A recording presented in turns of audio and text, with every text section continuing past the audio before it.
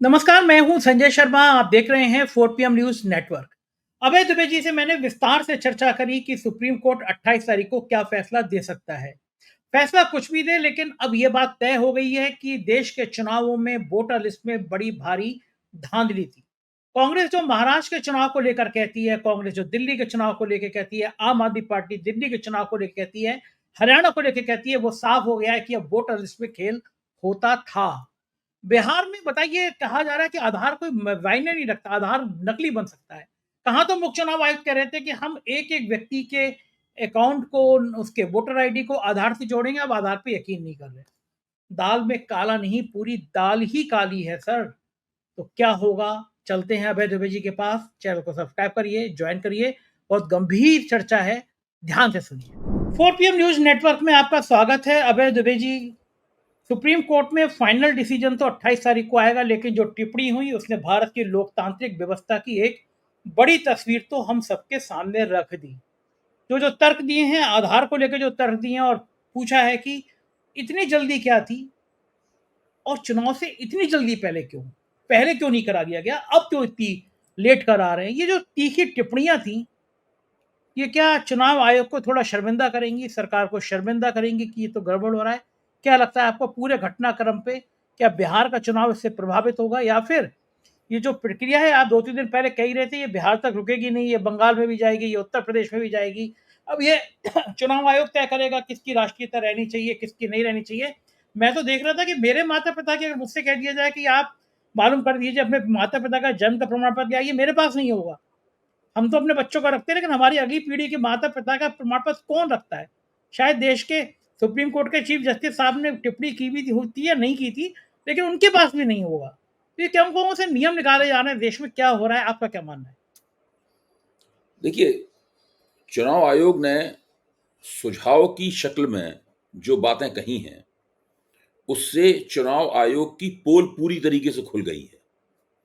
अब मुझे इसमें कोई संदेह नहीं रह गया है कि चुनाव आयोग या तो सुप्रीम कोर्ट की बातों को पूरी तरीके से नज़रअंदाज करे, पूरी तरीके से उनका उल्लंघन करे, उनकी कोई परवाह नहीं करे, या चुनाव आयोग द्वारा दिए गए सुझावों को मानते हुए अपने रवैये में बहुत बड़े पैमाने पर संशोधन करे। अभी मैं सीएनबीसी आवाज़ के ऊपर कुछ पत्रकार मित्रों के साथ में इसी विषय पर चर्चा कर रहा था। उसमें एक पत्रकार मित्र ने ये सूचना भी दी कि अब चुनाव आयोग ने उन 11 किस्म के प्रमाण पत्र जो माने थे, उनके अंदर 3 प्रमाण पत्रों को और जोड़ने की बात शुरू कर दी है। अब उसमें वो सुप्रीम कोर्ट के सुझाव के अनुसार आधार कार्ड को भी मान्यता देगा, राशन कार्ड को भी मान्यता देगा और वोटर आई कार्ड को भी मान्यता देगा। अच्छा, अब प्रश्न यहां पे ये उठता है कि जो बात हमारे और आपके जैसे गैर विशेषज्ञ लोगों की समझ में आ रही थी, जो बात बड़े पैमाने पर सभी तरह के निष्पक्ष लोगों की समझ में आ रही थी, सामान्य राजनीतिक कार्यकर्ताओं की समझ में आ रही थी, एनडीए के ही कई पार्टनरों की समझ में आ रही थी। आज तो मैंने देखा कि भारतीय जनता पार्टी के भी जो बिल्कुल प्रतिबद्ध समर्थक हैं, वो भी कह रहे थे कि बड़ी अजीब सी बात है कि आप आधार कार्ड को मान्यता क्यों नहीं दे रहे हैं। उन्होंने भी बात अपनी यहां से शुरू की कि भाई, ये ज्ञानेश कुमार जी जब आए थे, यानी हम लोग जो बात कर रहे थे उसके कुछ कुछ बातें वो लोग भी वैसी कर रहे थे। ज्ञानेश कुमार जी जब चुनाव आयुक्त बने थे तो उन्होंने पहली घोषणा क्या की थी? उनकी पहली घोषणा ये थी कि हम आधार कार्ड को वोटर आई कार्ड के साथ में जोड़ेंगे, लिंक करेंगे। ये उन्होंने घोषणा की थी। सवाल ये, जब आप आधार कार्ड को वोटर आई कार्ड से लिंक करने के लिए प्रतिबद्ध थे और उसके लिए एक बहुत बड़ी मुहिम चलाने के कार्यक्रम की घोषणा कर रहे थे, उसके बाद में आपने इन 11 प्रमाण पत्रों में से आधार कार्ड को क्यों बाहर निकाल दिया? आज तक चुनाव आयोग ने इसकी कोई भी सफाई नहीं दी है, कोई भी कारण नहीं बताया है कि ये हमने इसलिए किया। जो कुछ बताया गया है वो ये है कि आधार कार्ड केवल पहचान का प्रमाण पत्र है, वो नागरिकता का प्रमाण पत्र नहीं है। तब प्रश्न उठता है कि चुनाव आयोग को नागरिकता का प्रमाण पत्र क्यों चाहिए? सुप्रीम कोर्ट ने आज इसके ऊपर भी सवाल उठाया है। सुप्रीम कोर्ट ने पहले के फैसले में भी सुप्रीम कोर्ट ये कह चुका है कि चुनाव आयोग को नागरिकता की जांच पड़ताल करने का कोई अधिकार नहीं है, ये गृह मंत्रालय का काम है। आज भी चुनाव आयोग ने यह कहा है कि चुनाव आयोग का काम नागरिकता की जांच पड़ताल करना नहीं है, नागरिकता सुनिश्चित करना नहीं है। अब इसमें क्या होता है, पूर्व मुख्य चुनाव आयुक्त हैं ओपी रावत, इस वक्त वही टीवी पर आकर, सारे टीवी चैनलों पर जाकर वही इस बारे में चर्चा कर रहे हैं। दूसरे चुनाव आयुक्त वाय कुरैशी साहब जो है उनको कोई नहीं बुला रहा है। आज उनका इंडियन एक्सप्रेस में एक आर्टिकल है जो आंखें खोल देने वाला है। ओपी रावत साहब ने एबीपी चैनल के ऊपर संदीप चौधरी के प्रोग्राम में, जब संदीप चौधरी ने उनसे पूछा, मैं बता रहा हूं किस तरह भ्रम फैलाया गया है। संदीप चौधरी ने जब उनसे ये पूछा कि भाई आधार कार्ड को क्यों नहीं आप मान्यता दे रहे हैं, तो ओपी रावत साहब ने कहा कि आधार कार्ड निश्चित रूप से पहचान का प्रमाण है, लेकिन वो नागरिकता का प्रमाण नहीं है। क्यों नहीं है नागरिकता का प्रमाण? इसलिए नागरिकता का प्रमाण नहीं है कि विदेशी नागरिकों को भी आधार कार्ड मिल जाता है। अच्छा, जब बाद में संदीप चौधरी ने इस बात की जांच की और हम सब लोगों ने भी इसको पता लगाने की कोशिश की, तो पता चला कि एक साल में शायद 125-150 दिन से ज्यादा अगर कोई विदेशी नागरिक भारत में रहता है और वो आधार कार्ड के लिए अर्जी देता है, तो उसको भी तमाम सारी अपने हाथों की बायोमेट्रिक पहचाने देने के बाद उसको आधार कार्ड दे दिया जाता है। लेकिन उस आधार कार्ड में स्पष्ट रूप से लिखा होता है कि ये आधार कार्ड की वैधता केवल इस तारीख तक है। वो हमारे आपके आधार कार्ड की तरह नहीं होता। हमारे आपके आधार कार्ड में वैधता की तारीख नहीं लिखी होती, क्योंकि हम लोग उस देश के जन्मना नागरिक हैं। लेकिन विदेशी नागरिक के आधार कार्ड में ये लिखा होता है। इसीलिए आप देखिए, ओपी रावत साहब बड़े आदरणीय हैं, रिटायर हो चुके हैं, लेकिन वो ये बात कह के निकल गए। तो इस तरीके से भ्रम फैलता। चुनाव आयोग ने आज तक ये नहीं बताया कि उसने आधार कार्ड को क्यों हटाया। ये एक बहुत बड़ा सवाल है। इस सवाल का जवाब आज तक नहीं मिला। अच्छा, चुनाव आयोग ने यह भी नहीं बताया कि जिस डोमिसाइल सर्टिफिकेट को वो स्वीकार करने के लिए तैयार है, वो तो आधार कार्ड बनाने से बन जाता है। जब वो आधार कार्ड बनाने से बन जाएगा तो आधार कार्ड को नहीं स्वीकार करेंगे, उसके आधार पर बना डोमिसाइल सर्टिफिकेट स्वीकार कर लेंगे। इसका सीधा मतलब यह है कि कोई ना कोई बड़ी शरारत थी इस पूरी डिजाइन के पीछे। जो डिजाइन चुनाव आयोग ने बनाई थी, इसका पायलट प्रोजेक्ट वो बिहार में चला रहा था। अभी भी पता नहीं है उसके अंदर कौन सा पेच आ जाए। मैं अभी तक बिल्कुल मुझे पक्का यकीन नहीं हो रहा है कि मामला खत्म हो गया है और चुनाव आयोग ने सुप्रीम कोर्ट की सारी बातें मान ली हैं और मामला अब खत्म हो जाएगा। नहीं, विपक्षी पार्टियों को इस बात का यकीन होना चाहिए। उन्हें संघर्ष की मुद्रा त्याग नहीं देना चाहिए। उन्हें 28 तारीख के फैसले का पूरा इंतजार करना चाहिए और 28 तारीख के फैसले के बाद में चुनाव आयोग अंतिम रूप से क्या निर्णय लेता है, इसकी प्रतीक्षा करनी चाहिए। उससे पहले उन्हें अपने आंदोलन को वापस नहीं लेना चाहिए। देखिए, पूरा का पूरा देश का लोकतंत्र दांव पर लगा हुआ है। मैं ये मानता हूं कि भारतीय जनता पार्टी और राष्ट्रीय स्वयंसेवक संघ, इन दोनों की मंशा, इन दोनों का एक खुला ऐलान है कि इस देश में बहुसंख्यकवाद की स्थापना की जानी है। बहुसंख्यकवाद का मतलब होता है, मैंने कल भी ये बात कही थी, बार बार इसलिए कह रहा हूं सबके कान में बात पहुंच जाए, सबके दिमाग में दर्ज हो जाए, सबको कहनी चाहिए बात ये बार बार, कि वो एक परमानेंट मेजोरिटी हासिल करना चाहते हैं, एक ऐसा बहुमत हासिल करना चाहते हैं जो स्थायी हो, जिससे वो कभी भी चुनाव ना हार सकें और इस तरीके से एक निर्वाचित निरंकुशता इस देश के ऊपर थोपी जा सके। परमानेंट मेजोरिटी हासिल करने के उन्होंने कई दांव पेच उन्होंने इस्तेमाल किए हैं। अब ये नया दांव पेच एक विशुद्ध और पवित्र मतदाता सूची बनाने का है। और आप खास बात देखिए, उन्होंने बिहार में ये पायलट प्रोजेक्ट चलाया। क्यों चलाया बाहर? ताकि इस पायलट प्रोजेक्ट की राजनीतिक सफलता विफलता की जांच भी तुरंत हो जाएगी। भाई, विशुद्ध और पवित्र मतदाता सूची बन जाएगी और उसके बाद में इसी मतदाता सूची के आधार पर एनडीए वहां बिहार में चुनाव जीत जाएगा। इसका तय हो जाएगा बिल्कुल। ये स्थायी रूप से बहुसंख्यकवादी पद्धति स्थापित हो चुकी है और परमानेंट मेजोरिटी, स्थायी बहुमत प्राप्त हो गया है। फिर इसी तर्ज पर सारे देश में, असम में, पंजाब में, दिल्ली में, उत्तर प्रदेश में, सारे देश के अंदर, बंगाल में, सारे देश के अंदर इसी तरह की विशुद्ध और पवित्र मतदाता सूचियां बनेंगी और उन पवित्र मतदाता सूचियों के आधार पर चुनाव होंगे और भारतीय जनता पार्टी सब जगह एक एक करके चुनाव जीतती चली जाएगी। ये पूरा का पूरा विचार, पूरा का पूरा बंदोबस्त, पूरा प्रपंच, पूरी व्यवस्था यहां इस तरीके से काम कर रही है। अच्छा, अब ठीक है, भारत का लोकतंत्र है, लोकतंत्र में अधिकार बटे हुए रहते हैं, शक्तियां बटी हुई रहती हैं।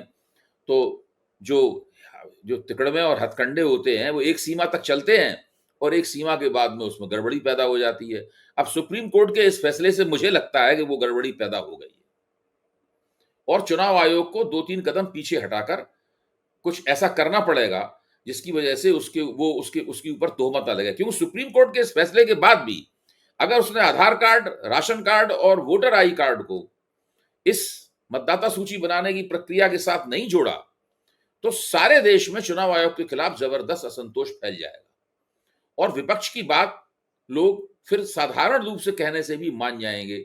आज ये भी एक चर्चा में बात उठी, भाई भारतीय जनता पार्टी चुनाव आयोग के समर्थन में इतनी इतनी उछल कूद क्यों मचा रही है? चुनाव आयोग को विपक्ष आरोप लगा रहा है, नागरिक अधिकार संगठनों की तरफ से आरोप लग रहा है, एसोसिएशन फॉर डेमोक्रेटिक रिफॉर्म की तरफ से आरोप लग रहा है, अदालत में मामला है। भारतीय जनता पार्टी क्यों इतनी उछल कूद मचा रही है? बिल्कुल ऐसा ही है, अडानी के ऊपर आरोप लग रहा था, भारतीय जनता पार्टी बहुत उछल कूद मचा रही थी। अडानी का नाम लेते ही सब बहुत एकदम नाराज हो जाते थे इस बात पे, ऐसे कोई पाप हो गया हो। अब चुनाव आयोग पे जब इल्जाम लग रहा है तो आप क्यों क्यों उछल कूद मचा रहे हैं? चुनाव आयोग को अपना जवाब देने दीजिए। अच्छा, अब जब विपक्षी दल, आप सोचिए संजय जी, विपक्षी दल जब गए चुनाव आयोग से मिलने के लिए तो खुद मुख्य चुनाव आयुक्त के मुंह से ये निकल गया कि उन्हें अंदेशा है कि करीब 20% लोगों के नाम कट जाएंगे। जब चुनाव आयोग तो खुद ही कह रहा है कि 20% लोगों के नाम कट जाएंगे, इसका मतलब ये हुआ कि वो जिस तरह जो प्रक्रिया डिजाइन की गई है ये समावेशी प्रक्रिया नहीं है, ये बहिष्कारवादी प्रक्रिया है, ये इंक्लूसिव नहीं है। तो ये एक बहुत बड़ी समस्या है, जबकि संविधान ने चुनाव आयोग को ये हिदायत दी है कि वो एक इंक्लूसिव प्रक्रिया चलाए और उसके जरिए चुनाव का पूरा बंदोबस्त किया जाए। अभी तक क्या होता था? अभी तक एक फॉर्म 6 होता था। फॉर्म 6 में कोई भी व्यक्ति अपने आप को भारत का नागरिक होने की घोषणा करता था और चुनाव आयोग उसकी उस घोषणा को मान लेता था। बाद में अगर उसकी घोषणा में कोई कमी आती थी तो उसके खिलाफ कार्रवाई होती थी, कानूनी कार्रवाई होती थी उसके खिलाफ, जो आज भी संभव है, उसकी गुंजाइश आज भी खुली हुई है। फॉर्म 7 के जरिए किसी का नाम निकाला जाता था, फॉर्म 6 के जरिए किसी का नाम जोड़ा जाता था। अब ये फॉर्म्स को मतदाताओं के नाम निकालने के लिए इतनी बड़ी प्रक्रिया। अच्छा, आज तक भारत सरकार ये भी नहीं बताती कि भाई हमारे यहां विदेशी नागरिक हैं तो कितने हैं। अगर मान लीजिए एक बहुत बड़ा कोठार है, इसके अंदर गेहूं भरा हुआ है, उसके अंदर अगर 2-3, अगर उसके अंदर 5% या 3% या 2% उसके अंदर मिट्टी के दाने भी हैं, कंकड़ भी हैं, तो अभी उस गेहूं के किरदार पर कोई असर नहीं पड़ता। आखिर कितने विदेशी नागरिक हैं? इंडिया फाउंडेशन जो है वो तो राष्ट्रीय स्वयंसेवक संघ का ही बनाया हुआ है। सही बात है, काउंट हो जाएगा, उसमें क्या समस्या है कि कितने नहीं, आज तक नहीं सूची जारी की, आज तक सूची जारी नहीं करी, आज तक नहीं बताई सूची। भाई रोहिंग्या आए, रोहिंग्या के बारे में बताया था कि 70,000 रोहिंग्या हैं भारत में। तो ये सवाल ये कि भाई 11 साल से आपकी सरकार है, आपके झक मार रहे हैं, अभी तक आपने 70,000 रोहिंग्या नागरिकों को क्यों नहीं निकाला? उनमें से कुछ तो ऐसे हैं जिनको संयुक्त राष्ट्र के नियम के अनुसार आपने शरणार्थी घोषित कर दिया है, उनको तो आप निकाल नहीं सकते, लेकिन बाकी जो हैं उनको आपने क्यों नहीं निकाला? आखिरकार क्यों ऐसा हो रहा है? आपको इतना ज्यादा अगर विदेशी नागरिकों से बेचैनी है तो असम के अंदर ना तो आप एनआरसी लागू कर पाए हैं, ना असम के अंदर जितने भी आपने घोषणाएं की थी नागरिकता प्रमाणित करने की, आप एक भी लागू नहीं कर पाए आज तक। आप ये सब बातें कहकर एक एंटी मुस्लिम रेटरिक, मुसलमान विरोधी लफ्फाजी चलाते हैं, लेकिन कभी भी अपने ही की कही हुई बात को जमीन पर लागू करके नहीं दिखाते। जैसे कि में और भी कई उदाहरण है इसके, कश्मीरी पंडितों के नाम पर कितनी इन्होंने मुसलमान विरोधी लफ्फाजी की। ये बात सही है, कश्मीरी पंडितों को बहुत बेदर्दी के साथ में और बड़े गलत तरीके से हिंसा के जरिए डराकर, और उसमें जगमोहन साहब की भी काफी भूमिका थी, कश्मीर से निकाला गया, पलायन करने में मजबूर किया गया। ये बात सही है। इसके बाद भाजपा ने इसका बड़ा फायदा उठाया देश में मुसलमान विरोधी भावनाएं भड़काने के लिए।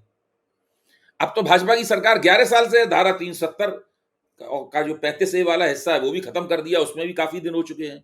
क्या कश्मीरी पंडित वहां जाके बस गए सब? क्या वो समस्या हल हो गई क्या? अब तो आप कहते हैं कि वहां पत्थर भी कोई नहीं फेंकता, आतंकवाद है ही नहीं वहां पे। तो अब कश्मीर, अब इसका मतलब यह है कि जो कुछ भी आप कहते हैं वो सिर्फ राजनीतिक लफाजी करने के लिए सारी बातें कहते हैं। यथार्थ में जमीन पर लागू करने का आपका कोई इरादा नहीं होता। बिल्कुल यही स्थिति यहां भी है, विदेशी नागरिकों के नाम पर और इंटरनल माइग्रेशन के नाम पर, जो मैं व्यंग से कह रहा हूं कि पवित्र और विशुद्ध जो वोटर मतदाता सूची बनाई जा रही है, वो इसलिए उसके पीछे इरादा ये है। तो अब देखिए, ये लोग, चुनाव आयोग और ज्ञानेश कुमार जी फंस गए हैं, उसके साथ सरकार भी फंसी हुई है, उसके साथ में अब धीरे धीरे करके इस मुद्दे पर आधार कार्ड को उसमें शामिल नहीं किया गया, इस पे जो गोदी मीडिया के एंकर वगैरह हैं उनको भी मुश्किल हो जाएगा समर्थन करना अब इस बात पे। बात अब तो वो ठीक है, लेकिन बहस को डिरेल करने के लिए कोई और हथकंडा इस्तेमाल करेंगे।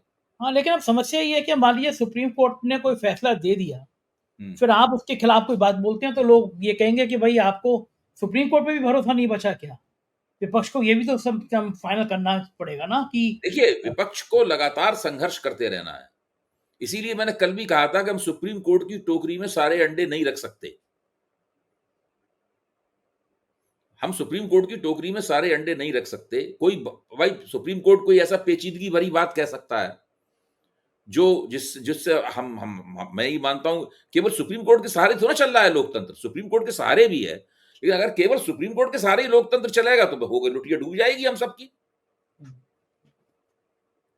त्रिकुटी कह रहे हैं, इसका मतलब ये कि बिहार का चुनाव अब मुख्यतः इस बात पर केंद्रित हो गया है कि कौन सी वाली मतदाता सूची फाइनल होनी है, जो चुनाव आयोग की है, जो सरकार की है, या फिर सबसे बड़ी बात यह कि अब से कुछ एक साल पहले इन्हीं मतदाताओं ने लोकसभा में वोट दिया, अभी यानी जनवरी दर्जनों तक लाख बनी तक। है संजय जी, जनवरी तक बनी है और पिछले चुनाव आयोग ने उसको अंतिम रूप दिया है। हाँ, अच्छा, मैं ये मुझे तो पक्का यकीन है कि ये लोग नई मतदाता सूची के तहत ही बिहार का चुनाव कराएंगे। अब इसके अंदर क्या है कि सुना गया है कि जानकारी मुझे मिली है कि 68,000 राष्ट्रीय जनता दल के जो कार्यकर्ता हैं वो भी बूथ लेवल अफसर हैं, बीएलओ हैं। इसी तरह भाजपा के भी हजारों हजार बीएलए, सभी पार्टियों के कार्यकर्ता जो हैं वो बूथ लेवल अफसर बने हुए हैं इस पूरी प्रक्रिया में। तो जब जो फार्म जमा हो गए हैं और जिस रफ्तार से फार्म जमा हो रहे हैं, उससे लगता ये है कि 25 तारीख से पहले ही सारे फार्म जमा हो जाएंगे। हालांकि योगेंद्र यादव ने और उनके साथियों ने एक जो सर्वेक्षण किया है, उस सर्वेक्षण के मुताबिक ये जो आंकड़े दिए जा रहे हैं फार्म जमा करने के, वो आंकड़े भी फर्जी हैं। मैं आपको उसका जरूर कुछ ना कुछ एक देना चाहता हूं आंकड़ा, कि ये उनका क्लेम क्या है। आज ही छपा है क्लेम। देखिए, चुनाव आयोग दावा करता है कि 8 जुलाई तक 97% लोगों को फार्म बांट दिए गए और 46% लोगों ने फार्म भर के जमा कर दिए। लेकिन जब योगेंद्र यादव और उनके साथियों ने जमीन पर जाकर इसकी चेकिंग की तो उन्होंने पाया कि केवल 36% वयस्कों को ही फॉर्म मिले हैं 7 जुलाई तक, और उसमें से 6% को उस फॉर्म की 2 कॉपी मिली हैं, जो कि एसआईआर की गाइडलाइंस के मुताबिक है। 2 कॉपी में फॉर्म मिलना चाहिए। तो योगेंद्र यादव पूछते हैं, ये फैंटेस्टिक चुनाव आयोग की संख्याएं कहां से आ रही हैं? उनका सर्वेक्षण ये भी इस बात की भी पुष्टि करता है कि अगर यही तरीका बना रहा तो 18 से 40 साल की उम्र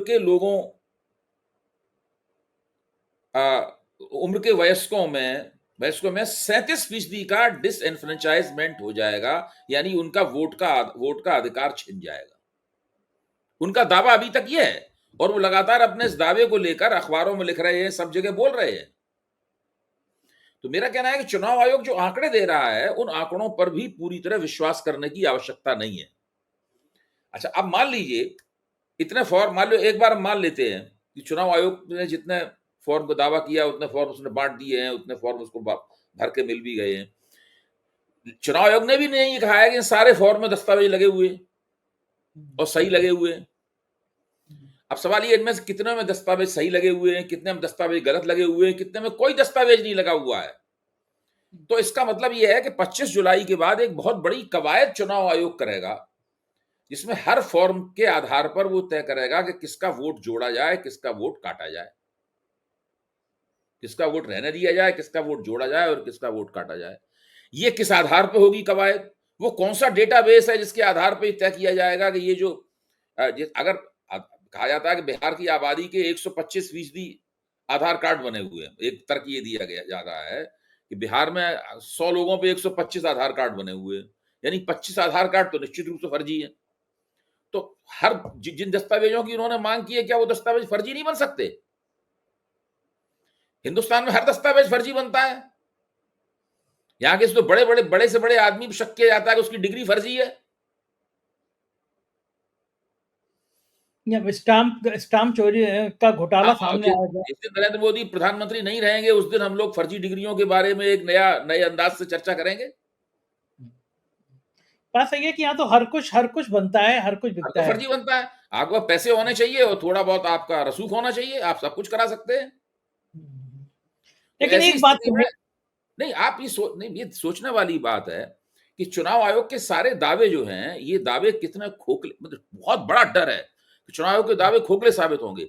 इन्हीं खोखले दावों के साथ में, इसी संदिग्ध माहौल में एक पवित्र और विशुद्ध वोटर लिस्ट बन रही है और इसी वोटर लिस्ट के ऊपर बिहार का चुनाव होगा।